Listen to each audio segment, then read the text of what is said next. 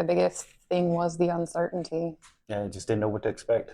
We didn't know what was coming. 5 years ago, the COVID-19 pandemic swept through communities around the world, leaving our neighbors gripped by fear, isolation, and having their lives placed on hold. But for law enforcement, they still had to find a way forward. I sat down with two longtime officers from the Copperas Cove Police Department who saw the shift from the pre-pandemic to post-pandemic era. In a lot of ways, the job had to adjust to the pandemic.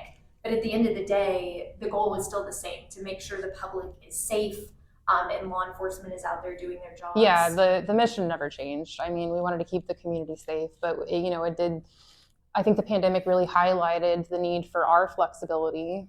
There were some things that we could do different. There were some things we couldn't do different. On top of that, Ruiz and Baker tell me retention among law enforcement fell flat, and they weren't the only ones. According to data from the FBI, resignation rates across the U.S. spiked by 18%. Retirement soared by 45%. I went a couple cities over to speak with the Lampasas Police Department, who share a similar take on this unprecedented time. It became hard in police work, like most other areas, to get workers.